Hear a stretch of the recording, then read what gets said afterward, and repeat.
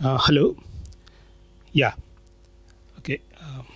So, everybody, welcome to EdiFest or Apoorva and Diptiman's Fest. And as Vinayak, the guy behind the camera, he's an expert on Chat GPT, by the way. Okay.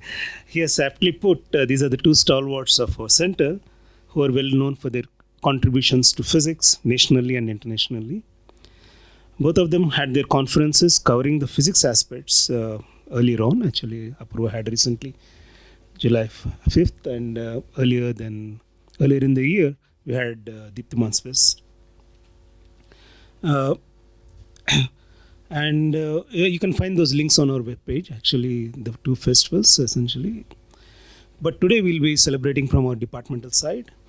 Both of them joined the erstwhile CTS about the same time, with Apoorva about 3-4 months before Diptiman, I think. Okay. 1989 October, I think, your 1990 April or something like that, essentially.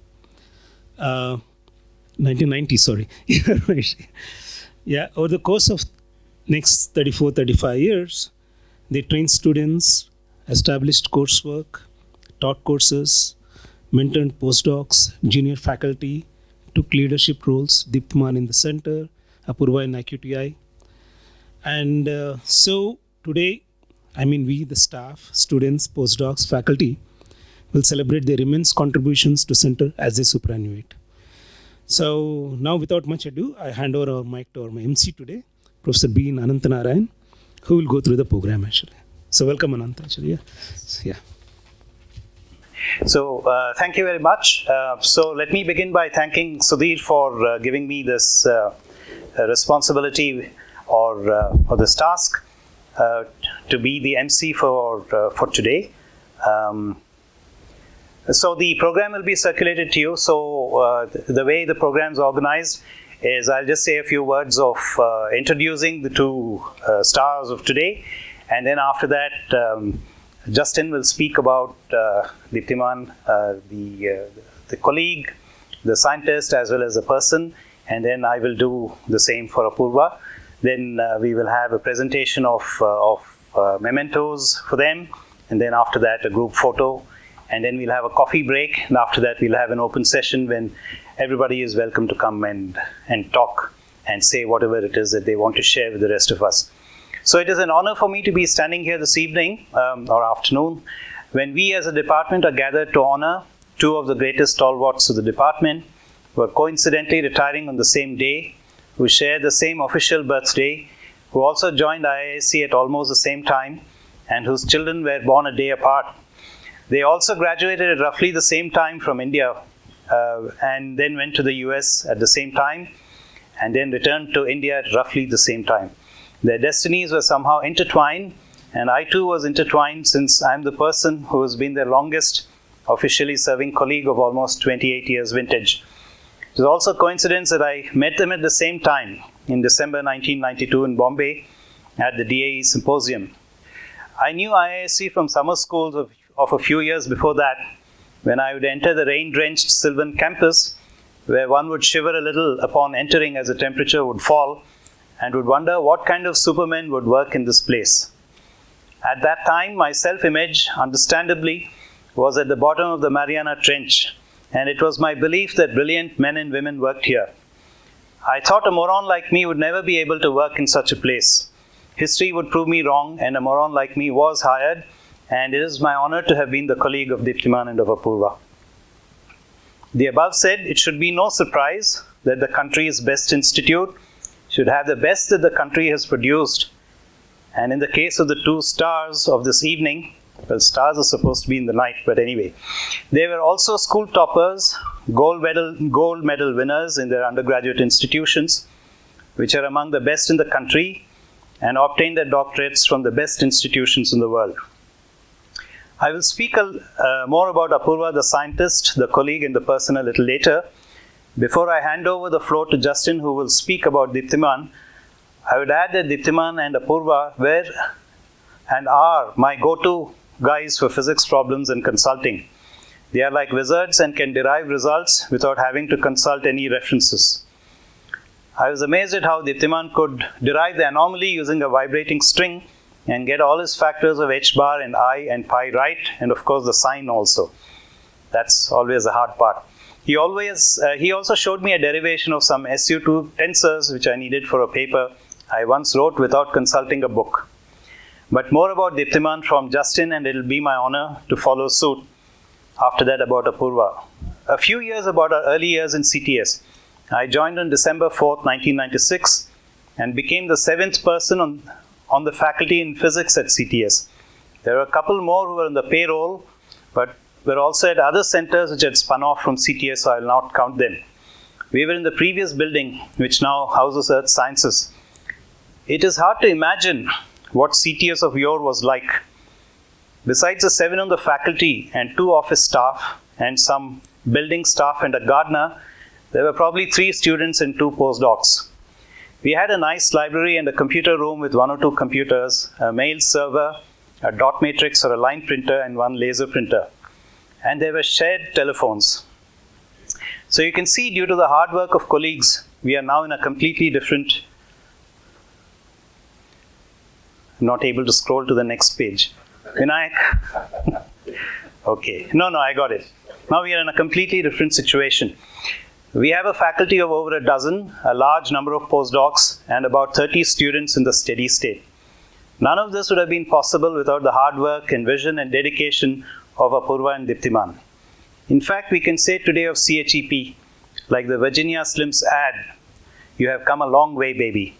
So let me stop here and give this to Justin. Thanks. I'm also honored to speak about Diptiman. Unfortunately, I thought this was a good picture, but it turned out to be dark, actually. Yeah, I had another picture. I should have gone with that. But there are very few pictures of Diptiman in the Google if you search. So let me just begin with a brief biography so that you get to know him. So he did his bachelor's at St. Stephen's and both MS and PhD at Princeton. And for his thesis, he worked on something which maybe the younger people might not be familiar with. He worked on particle physics, actually. That was his first initiation to research in QCD. And in fact, if you see his papers, there are papers on lattice and quarkonium and so on. And so this was the thesis title, and it's clear that it's a high energy physics thesis. And there were 3 papers, and all of them were single authored, though his advisor was Stephen Adler. And in his postdoc period, he had 2 postdoctoral fellowships, one at Carnegie Mellon. It was with a famous physicist called Richard Kotkowski, and second one was at the University of Edinburgh with David Wallace. He's also quite famous in lattice community. He's the one who set up, lattice computers using them for physics. And at Carnegie Mellon, he still continued high energy physics related, at least formal high energy physics related things. He worked on supersymmetry, on R times S3, which we will come back to. Then the move to physics, in lower dimensional began in Edinburgh. So he worked there on chiral stringer model and some new 8-vertex model, which is a 2-dimensional case. And if you ask him, how did the switch take place? So this was what I had heard from him. This was an ideal place to move to condensed matter physics, because the high energy physics, community and the condensed matter physics community used to have lunches together, and that seemed to be the ideal place. And so maybe that resulted in this move. So as faculty, he joined CTS as a lecturer, which I believe this position doesn't exist anymore. And then he became assistant professor and professor. At 2004, and he served as chair, as Anand also mentioned, during this period. It's a long period. Of course, Anand served longer. So it was under his stewardship, actually, CTS became more focused and became Center for High Energy Physics. Of course, Diptiman has got a lot of honors. He's fellow of all the 3 academies. I mentioned J.C. Bose. Among other awards, a special award which he holds dear is this award for excellence in teaching, which was given by ISC. Now, let me just briefly go through the physics by Diptiman so that you get a flavor of both him as a person and so on. So it's actually quite difficult to summarize publications of Diptiman. There is some 218 publications. There's a book. There's chapters on 8 books. And to appreciate, just in this half an hour, to get a glimpse of his work, we will review 3 papers just to have a flavor. And then his teaching, his students, from his teaching, we'll get a flavor of what he likes. And we will just mention his collaborators. And then finally, I'll comment on his dedication, commitment, and to building and shaping our department. So the papers, most of his papers have dealt with physics in 1 or 2 spatial dimensions.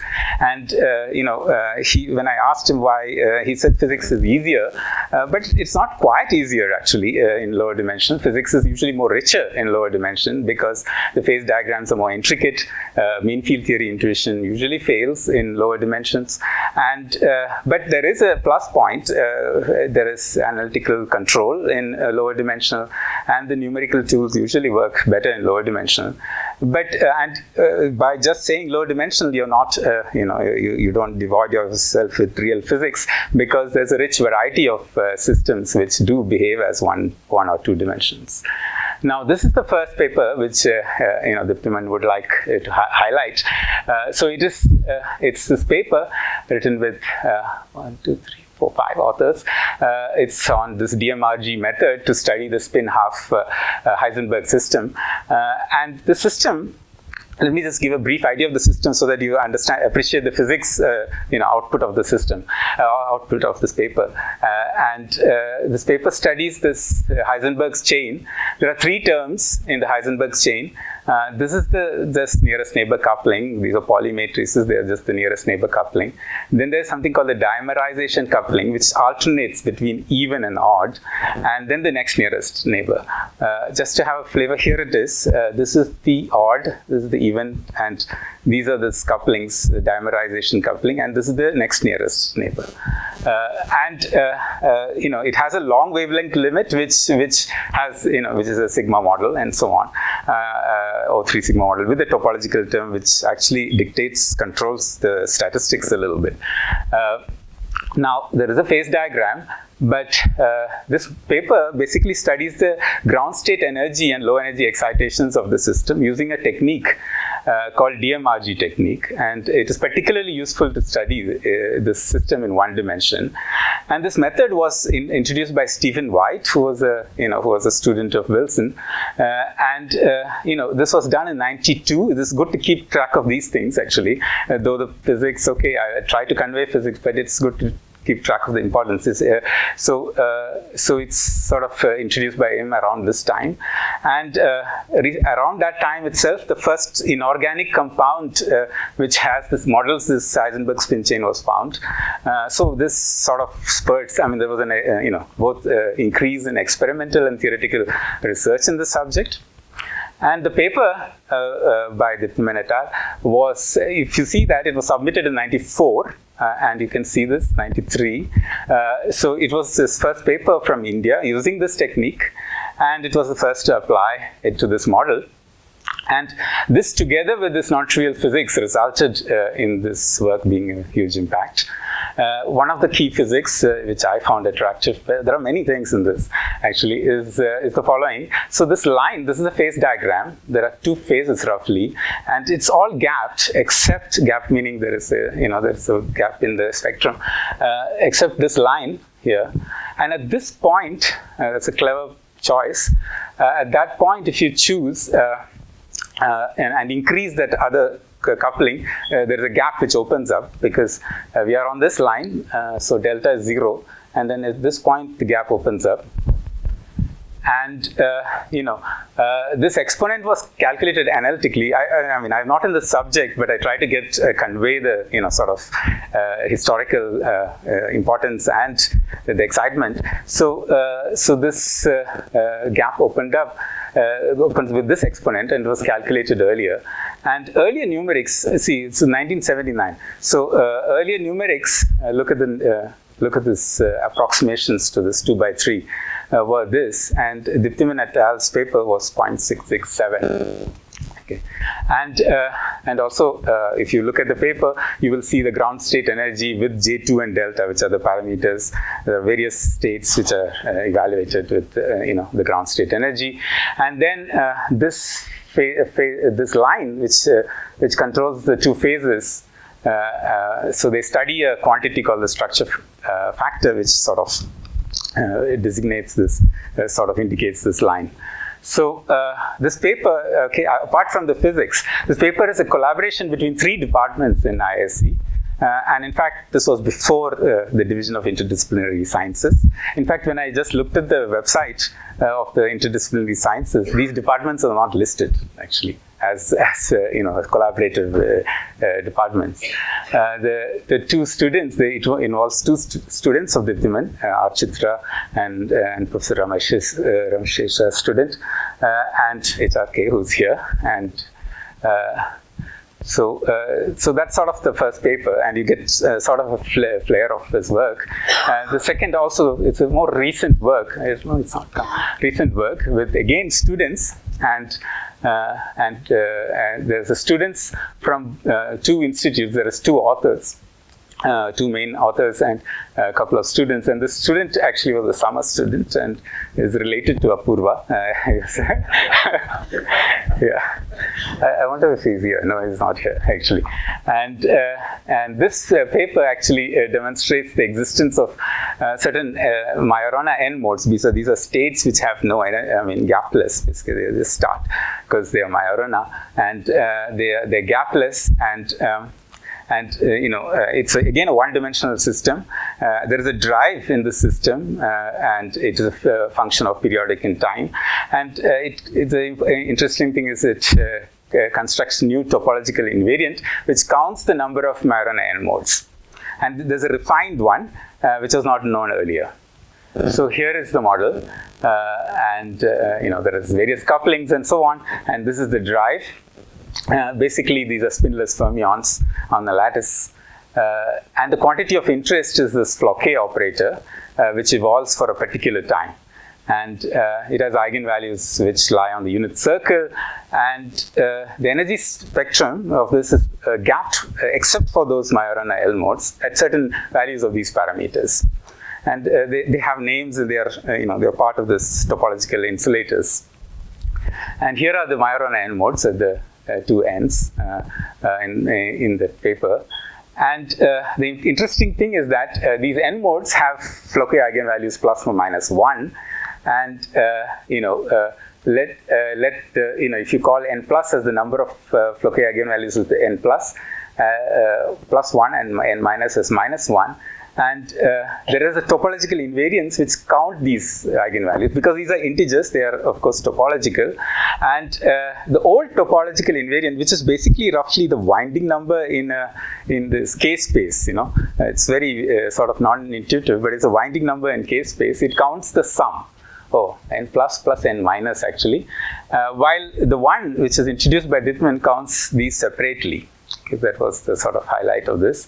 And again, just to give a brief flavor of the sort of, the place of this paper, is it comes at a time in which there was a burst of activity to realize Majorana fermions, both theoretically and experimentally. And it's because of the importance of it in quantum computing. And it was predicted in 2001 that some models do admit Majorana N modes, but this was sort of during around 2010, it was people started looking at periodically driven systems to find these N modes, and this comes around that time, 2013. And again, a characteristic feature of this paper is that there are authors from different institutions. There are always students involved in his papers, and there is here. In fact, there is a summer student here.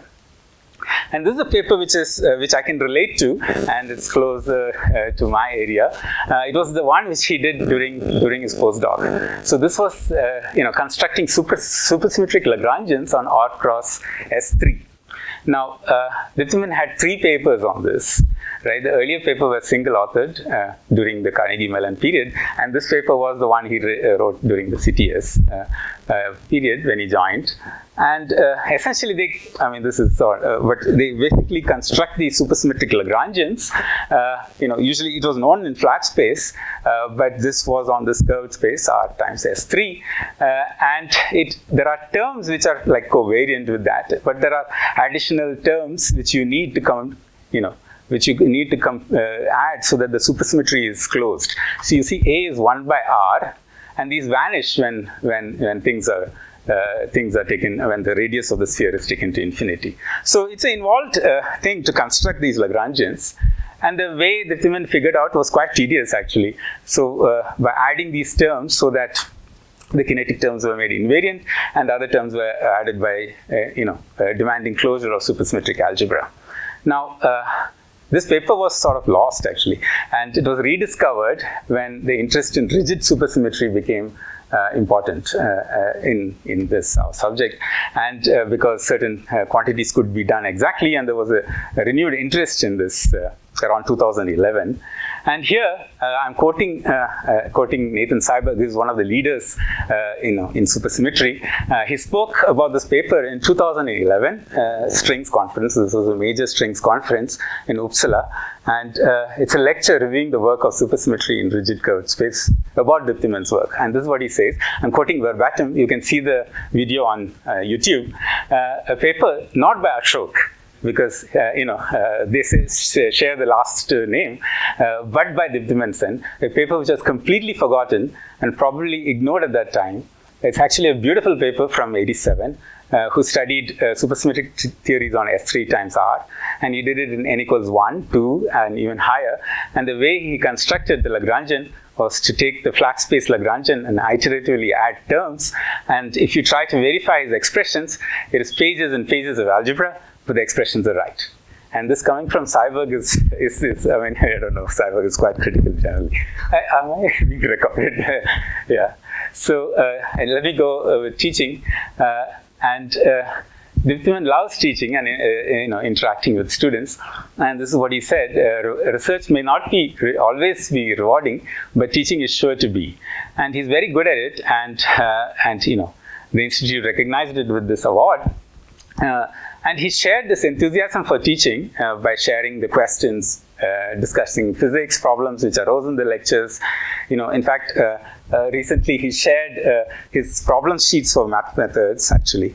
And if you do a search for him, the lecture which comes out is not a technical lecture. It's a lecture on geometrical phases, and the title is Magnetic Monopoles to Falling Cats. So that's the lecture which comes out if you just do a search which on YouTube. Or just the Google actually. And his favorite course is quantum mechanics. He taught quantum mechanics 11 times, quantum mechanics 7 times, and this 3 times. And that's 21 times out of the 35 times that he taught. And students, and Diptiman insisted that he worked with students actually when he joined CTS. And at that time, CTS did not have its own students.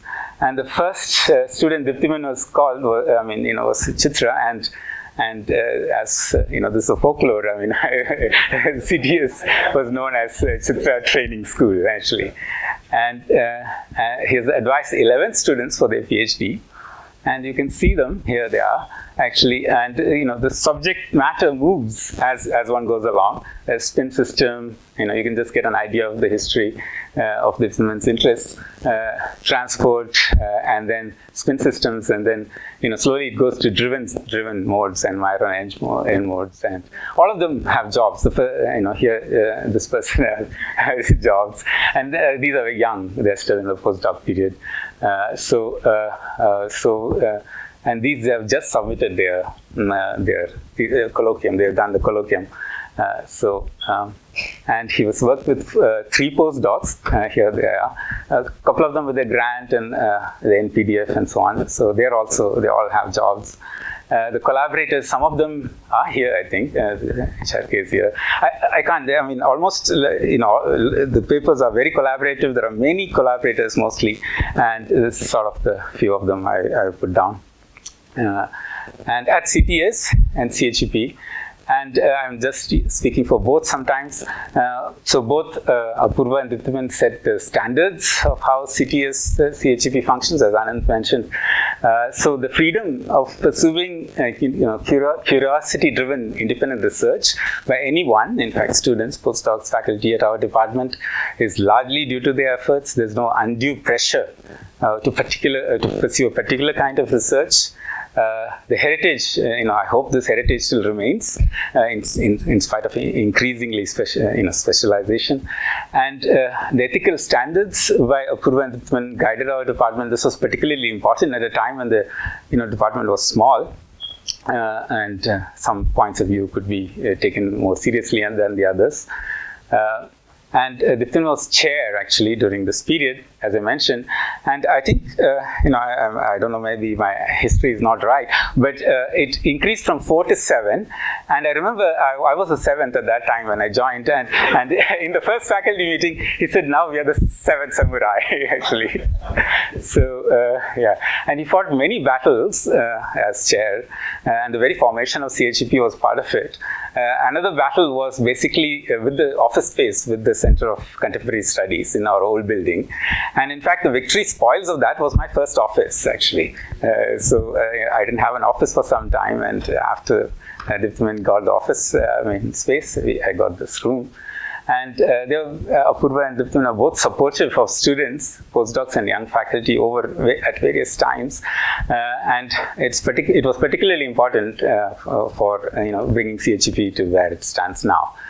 And let me just close it with saying thank you, Diptiman, for enriching all of us by your work, wishing you the very best, and so on. I forgot to mention a little bit personal. While I was chair, it was the most difficult time for me, but I was chair. And during meetings with the then divisional chair, not with Kaushal, I think, Diptiman came to me to convey a lot of difficulties, actually, which we had, and always supportive. And there were times in which, there were several crises, and, Diptiman used to come and take me to the, coffee, and some chat will be there, and that sort of resolved many of the crises, actually. So thanks for Diptiman. So just because I might not have a chance to talk, let me just mention something about Apoorva, and I'll stop. Actually, is that? We can have a session. Oh, okay. I just had some transparency.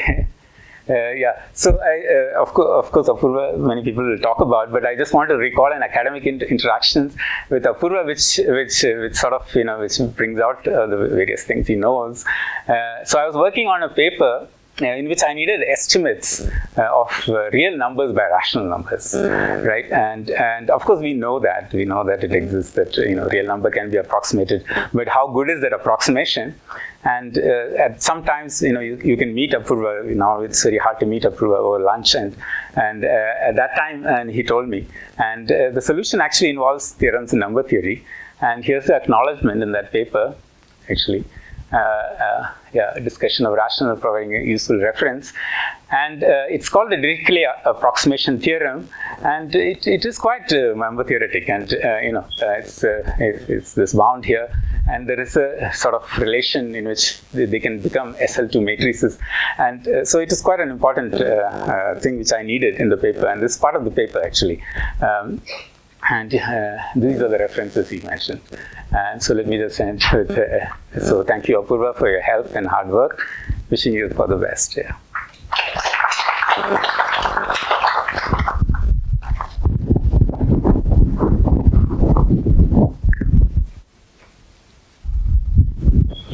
So it's going to be a very hard act to follow after Justin's masterful presentation. Unlike him, I did not prepare transparencies because there's Patrick Winston, who is a theorist of talks, how to give talks. So he has said we human beings, and I guess other animals also, have only one kind of language processor. It's either visual or it is auditory. So if you're looking at a slide, you can't hear what the speaker is saying. and vice versa. So he actually gives a theory of how to make slides. So I managed to do away with that problem by not having any slides at all. So this is more like an oration, but I have the PDF. So if anybody wants this PDF, I'd be happy to send it. Once again, let me begin by thanking the chair and all the members of CHEP for giving me this opportunity and honor to speak about Apoorva Dayaram Patel. The urban legend is the D stands for the D grade that he would hand out to students, but we won't get into that today. At this occasion, to mark the eve of his upcoming official retirement from service to the Indian Institute of Science. To misquote Mark Antony, I come to praise Apoorva and not to bury him. And as you will see by the end of this talk, there's a lot to praise him for, and this will not be an exhaustive set of praise, but what I consider as representative of the sorts of things that I know about him. I also happened to watch the YouTube of the talk that he gave 2 weeks ago in the event organized by Baladitya and many others over here. And I discovered more about him by watching that YouTube than in the last 28 years of talking to him.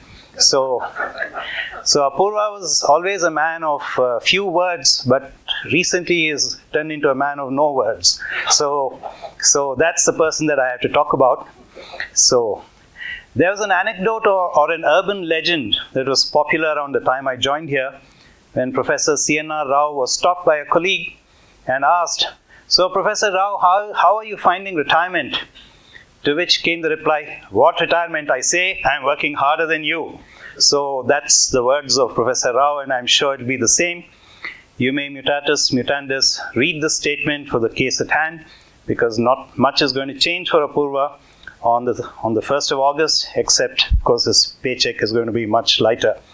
So Apoorva was born in Gujarat, and to my understanding, the son of 2 doctors, but I'm not entirely sure. The YouTube didn't say what his parents were, but I think he told me that many years ago. So this talk is accurate at the 95% confidence level, because a lot of it I could not do fact check.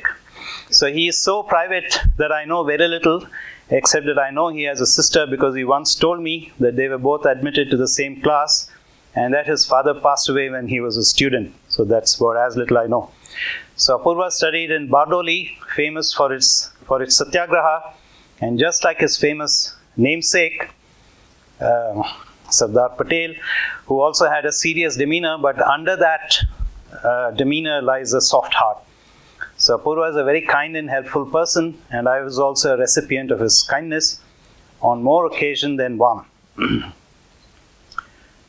I believe he was also a student in Ahmedabad before going to IIT Bombay, where he did a 5-year master's in physics and won the President's Gold Medal. So this was corroborated by the YouTube talk which I heard, but I wrote this talk already a couple of weeks ago. So that is why some of these things have moved from 95% to 98% confidence.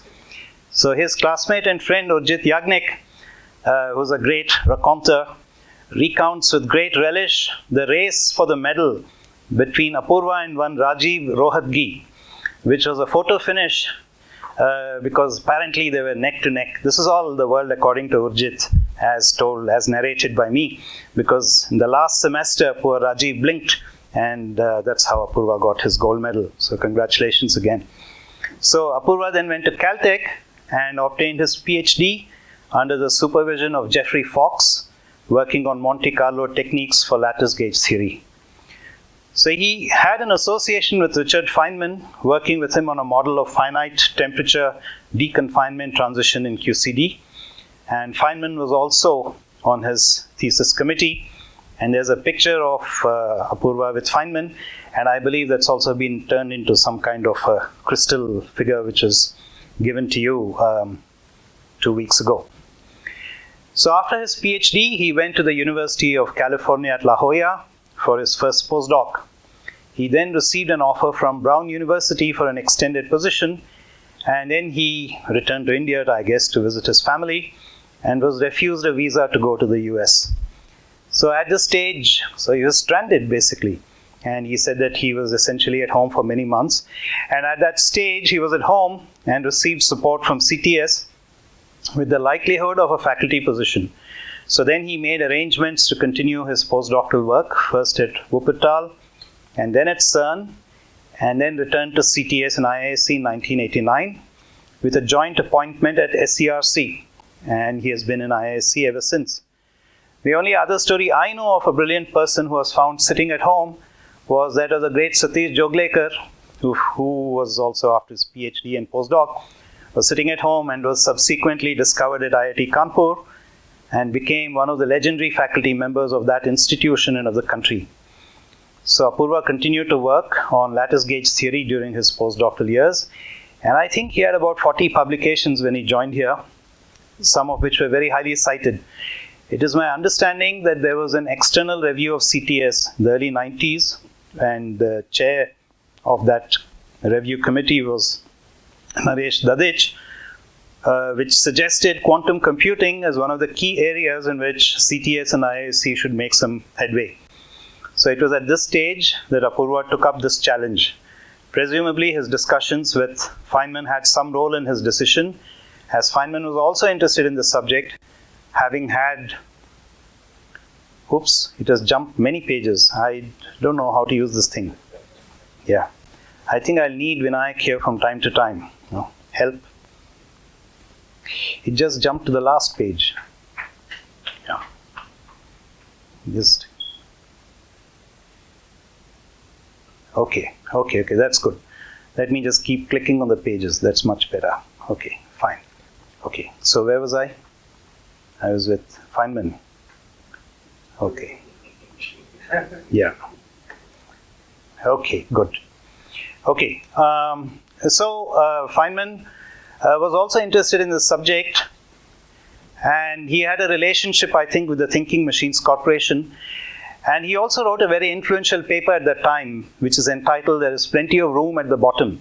And I think that this is still considered a classic and read by all people, various quantum technologies.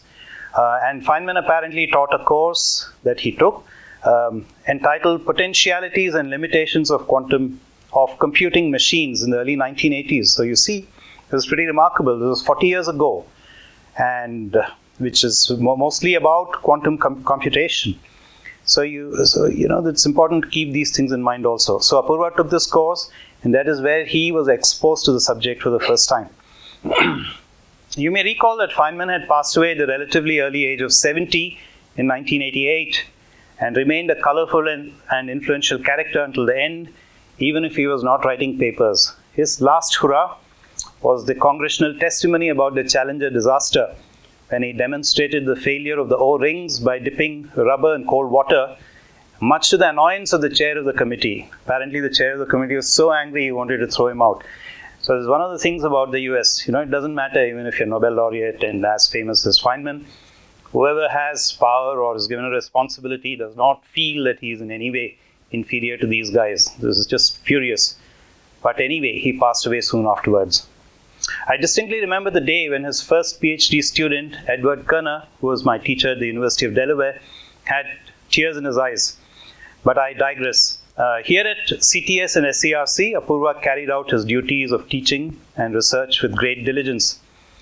As noted earlier, it was to my great surprise that after giving talks in 1995, at the end of my second postdoc at Lausanne, I received an offer in 1996 and joined on December 4th, 1996, when Professor Pasupati was the chair.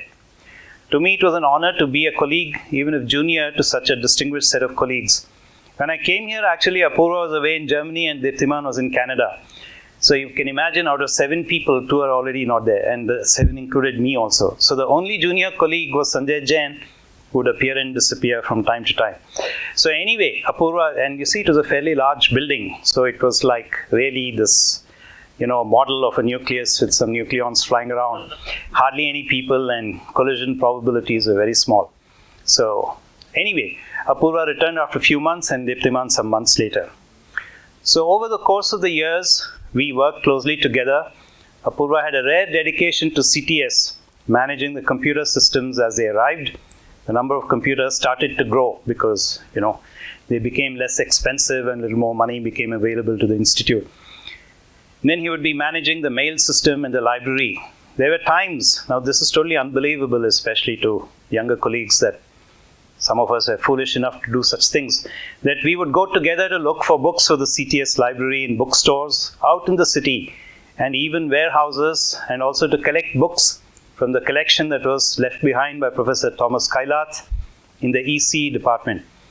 Apoorva also knew the rules of the institute better than anyone else, and also knew the budget position more than the chairman, and probably even better than Keshwa. It's totally unbelievable, but he probably knew. So he would be the man to go to for all these things. We also together used to manage the 2 visitors' apartments that were on loan to CTS. Now, this is what Sudhir had mentioned about the black economy. So we had these 2 apartments at that time, and we would be collecting rent. But we didn't, unfortunately, invest it in the Satta Bazaar, so it kind of stayed static. But I think it's all spent by now. But we can't tell you because it's a black economy. So we would also have to help postdocs, much more than we have to do today with their accommodation, also to deal with various kinds of bills. Only people who are up close could know and say that his contributions were absolutely invaluable. Needless to say, after we moved to the new building and during my rather long chairmanship, very long, I relied heavily on support from Apoorva for his sagacity and wisdom, and also for his knowledge and calm abilities to sum up things. Apoorva, also with Diptiman and Sanjay, were the founders of the graduate program at CTS, which enabled us to get PhD students in 1996 in the post-MSc stream, and to start being able to take students from the PhD program. So those of you who are sitting there, you have to thank Diptiman and Apoorva that today you are able to register with us. To date, the syllabus drafted by them remains the backbone of the core courses and many of the older electives. Apoorva has also taught courses at SCRC and later, I think, at Data Sciences. The quantum computation courses have been taught by him for over 25 years for various programs, including the MTech in Quantum Technologies and Computational Sciences. It's totally incredible, the integral over the contributions from 1989 to 2024 is much greater than, some number n. So I now turn to Apoorva, the scientist. Unlike Diptiman, unlike Justin, I've not studied them in great detail. There's a large number of publications, but I've selected a few of his publications to capture a glimpse of his range of contributions. According to Google Scholar, the highest cited paper is S. Guskin et al., entitled Non-Singlet Axial Vector Couplings of the Baryon Octet in Lattice QCD, which was published in Physics Letters 1989, and this was written when you were a postdoc at CERN. And it computes using something called improved fermion action, a ratio of some of the coupling constants that enter in the nucleon theory, and the axial vector coupling constant, GA. Then there's a very interesting paper which is published in Pramana. It's called Quantum Algorithms and the Genetic Code, where there's a revolutionary idea was put forward by Apoorva, trying to connect certain notions of quantum computing with life, with human life. So, not human, with life per se. It shows a connection between components of DNA and the Grover algorithm. So this is named after Love Kumar Grover. There are basically, to date, only 2 quantum algorithms available. One is the Shor algorithm for factorization, and the Grover algorithm for sorting. As far as I know, maybe there have been advances. So it's very nice. And I think Apoorva is a friend of Grover, and you may even have a joint paper or 2. Not sure of that. So that's an interesting paper. One more paper written with late Tanu Padmanabhan is Semi-Classical Quantization of Gravity, Entropy of Horizons in the Area Spectrum. So you see the range of things he's interested in and has worked with, all kinds of experts. Is looking at fundamental questions of black hole physics. And the 4th paper that I want to mention is written with his friend, with a student, Parveen, who was here 2 weeks ago, and also Vijay Raghavan, I think. Weak Measurements, Quantum State Collapse, and the Bone Rule. Is Vijay Raghavan also an author of that? Or just Parveen and you? No, 3 authors. So they look at fundamentals of quantum measurement theory. So you see, really wide range of interests. So other points to be noted included Apoorva is a very methodical and systematic teacher with picture-perfect camera-ready lecture notes. There are stories, again Urjit is my source, of how he would write down notes in his class in IIT, and the other students would rather have Apoorva's notes than that of the teacher, because if the teacher had made some mistakes, Apoorva would have corrected them in his own notes. So they would rather have Apoorva's notes than that of his teacher. And he has been teaching quantum computing for years now. And I don't think that we have any replacement to teach those courses as far as I know. Because anyway, in this field, we don't have that many persons in the country. So we have to, this is an invaluable resource for the country and for the institute. So Apoorva has supervised 5 PhDs, of which the first was Raghu Ratabole, who is now in BITS Goa in particle physics. And there are 4 in information theory, and I see Anjani who's here is one of his later students. And I don't know if anybody else is here. And the other 4 were in information theory. He's also produced a large numbers of master's students, including MTech students. See, this is also interesting. The MTech is one of the flagship programs of the institute, and it's in the engineering faculty. And he has guided so many students in the other faculty. Is something worth noting. In variety of subjects. One could see him, because I sit 2 offices away, and go past, spending endless hours discussing with students. Now, this is something that I noticed because I have very little patience. So it's like the arithmetic mean of his patience and mine is a reasonable number. So, but you just spend endless hours. He has also spent time in Los Alamos, in Germany, and in Switzerland, and widely sought after speaker. He's also served in many national committees, participated in countless activities over the course of the years, in particular this National Quantum Mission, and I think even his patience was tested by officials from wherever, in Delhi, North Block, South Block, I don't know which block, or DST Bhavan, or DMRL, DRDO. So I think even he has faced some tests in his time with these bureaucrats and managers of science. So Apoorva did not take up any office in IISc, not even the chairmanship, due to which the mantle fell on me in 2009. And as Mark Antony would say, would this in Apoorva seem like ambition? But anyway, that is not for me to answer. In terms of my recent academic interactions, there are 2 anecdotes that I wish to recall. The first is from about 4 years ago when I was stuck on a problem to prove a result. Anyway, the problem that we worked on eventually turned out to be fairly important, and we published a physical review letter using these techniques to solve a series representation problem for certain multidimensional Mellin-Barnes integrals. But it involved certain techniques of, I didn't even know what it was actually, how to solve this problem. So I sent him a message on the 21st of October 2020 at 12:44 after I had exhausted all my resources, namely my own brain. And I had also written to some mathematicians who, of course, immediately referred me to lemmas and corollaries and propositions and theorems. No use. So as a last resort, I finally wrote to Apoorva on 21st of October now this is important to keep track of the time. All this took place on the 21st of October. 12:44 p.m. Hi Apoorva, need some help. The note does a small calculation for the optimization problem given in the paper of Passar et al. I'm also attaching a paper. Best regards.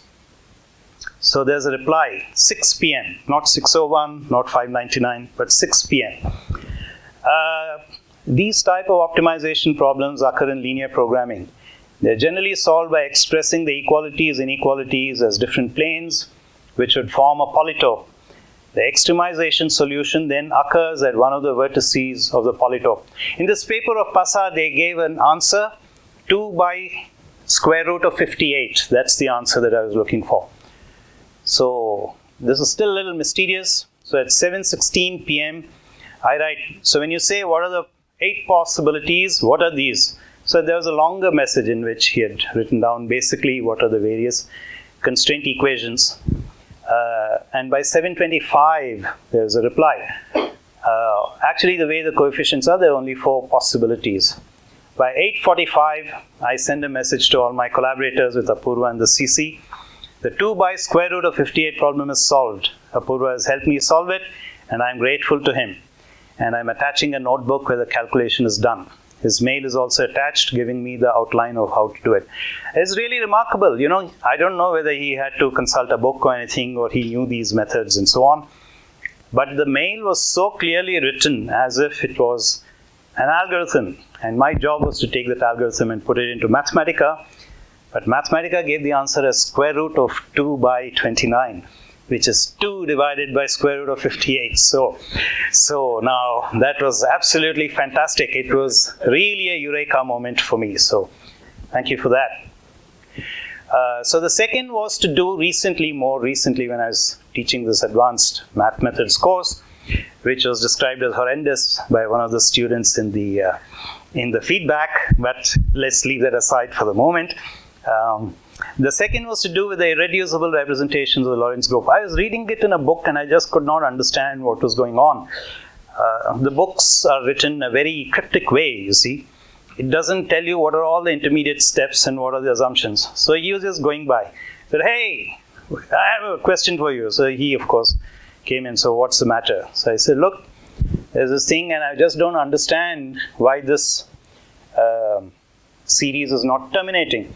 So he said, oh yeah, in the case of SU2, it has to be an integer. In the case of the Lorentz group, it is not required to be an integer. That was it. That's the answer. That's why the tower is infinite. So it's incredible. He probably hadn't looked at the subject for 40 years. He could immediately tell me, and he could figure out where I was stuck. So you see. So with no hesitation at all, he said, look, J is not an integer, so that the action of the raising operator never terminates, which makes it different from the compact case. And that was that. Probably had not looked at a book for 4 decades, but he knew. Now comes the interesting part. All this is not so interesting, was it? Now to Apoorva the person. So, do you people want to hear this or you're not interested? This is a very, very grim crowd. I say, come on, everybody, let's relax. And there's a little beer going around, not allowed to drink in this campus. Yeah. Okay, so as mentioned earlier, he's a very private person. So as I mentioned earlier, from a man of few words, more recently he's become a man of no words, which is of course very unnerving for a chatterbox like me. But in my early years, when I just moved into an apartment in KRVH, he's the one who took me to look at it. You see, I think one of the words that he doesn't have in his dictionary is no. Anything you ask him, he always agrees. But because he doesn't come out very much, people feel inhibited to ask him. But let me tell you a secret. If there's anything you need, just ask him. Because he doesn't know. He said he read a dictionary the other day, but the word no was somehow deleted from that dictionary that he was looking at. Anyway, over the years, he has never said no to anything that I may have asked. I also understand that he has lent money to students in need. This is something that nobody would have guessed, but I know it. I hope they returned it to you, but I didn't ask. I also requested him once to be a witness to sign some documents, and he didn't refuse. It may also be necessary to mention that his partner of many decades, Dr. Rashmi Patel, is a very incredibly helpful person and our go-to person for so many health issues for old and young. To them, we have our eternal gratitude. Due to the private nature of Apoorva, it's not easy to find personal anecdotes, but there are a couple.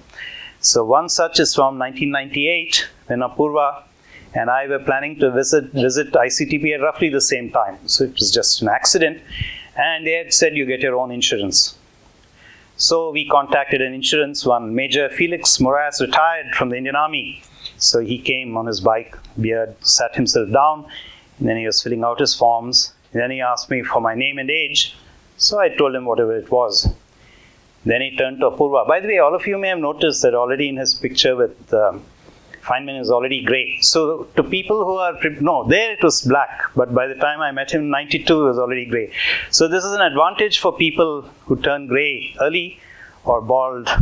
They look the same for the rest of their lives. You see, there is an advantage to that also. So No offense meant to anybody. Well, no, actually, I didn't mean to offend you. But anyway, so he was already pretty grey by then. So he first asked me, "How are you? How old are you?" I told him, and he turns to Apoorva and said, "How old are you, sir?" So Apoorva says, 40. "How old are you, sir?" So he was obviously not believing him. So anyway, at that time, Avishkar, the guy who's his relative who wrote a paper with Diptiman, he used to hang around because Apoorva was his babysitter, and he used to walk around all over the place. So he was also around. So I said, "Hey Avishkar, why aren't you coming with us to Italy? After all, your father's going and I'm also going. Why don't you come?" "He won't take me." So I said, "Why won't he take you?" "Well, my mother says he's eccentric." So that's the thing about children. They never tell the falsehood at all. And recently I discovered why Apoorva is eccentric, and this was explained in his YouTube from 2 weeks ago. So that is one of the few personal anecdotes. And of course, he didn't say anything, as is his wont. But I think even he found it amusing. There was a major conference here in 2000. It's called Lattice 2000. It's the annual Lattice conference which moves around all over the world. And I think it's come to India only once. And it was brought here by Apoorva, of course, to CTS. And he had some colleagues to help him, but mainly all the local organizational work, backbreaking, was all done by him. I think we have a black account there also, some little bit of money left behind from that conference, and some books and t-shirts. I hope they're still there. So anyway, at the end of this workshop, there were hundreds of delegates, I think of the order of 300 delegates. And I think he must have spent about 2 years of his life on this conference. So Apoorva had to give the closing address. So as to be expected, the closing address was very brief and shorn of ostentation. And he narrated a story whose punchline I've forgotten. So I will ask you to narrate that story for us again. From his village, of how there are many people who came to a certain event and they had to leave their footwear outside the event in the village. So he concluded by saying that, "Look, this event was made by all of you, namely the delegates, and I am only a small player." So this humility that he expressed in this talk basically brought tears to the eyes of all the participants, and then there's a tremendous round of applause, which I remember very clearly. So I'm more or less at the end of what I had to say.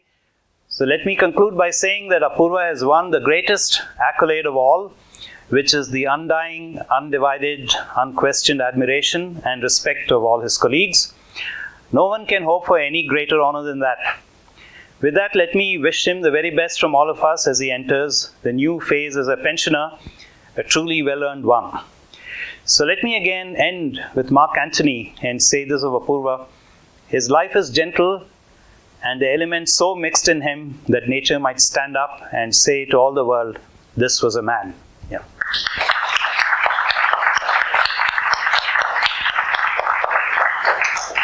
Now I think Sudhir wanted to hand over the mementos at this time. Yeah, let me invite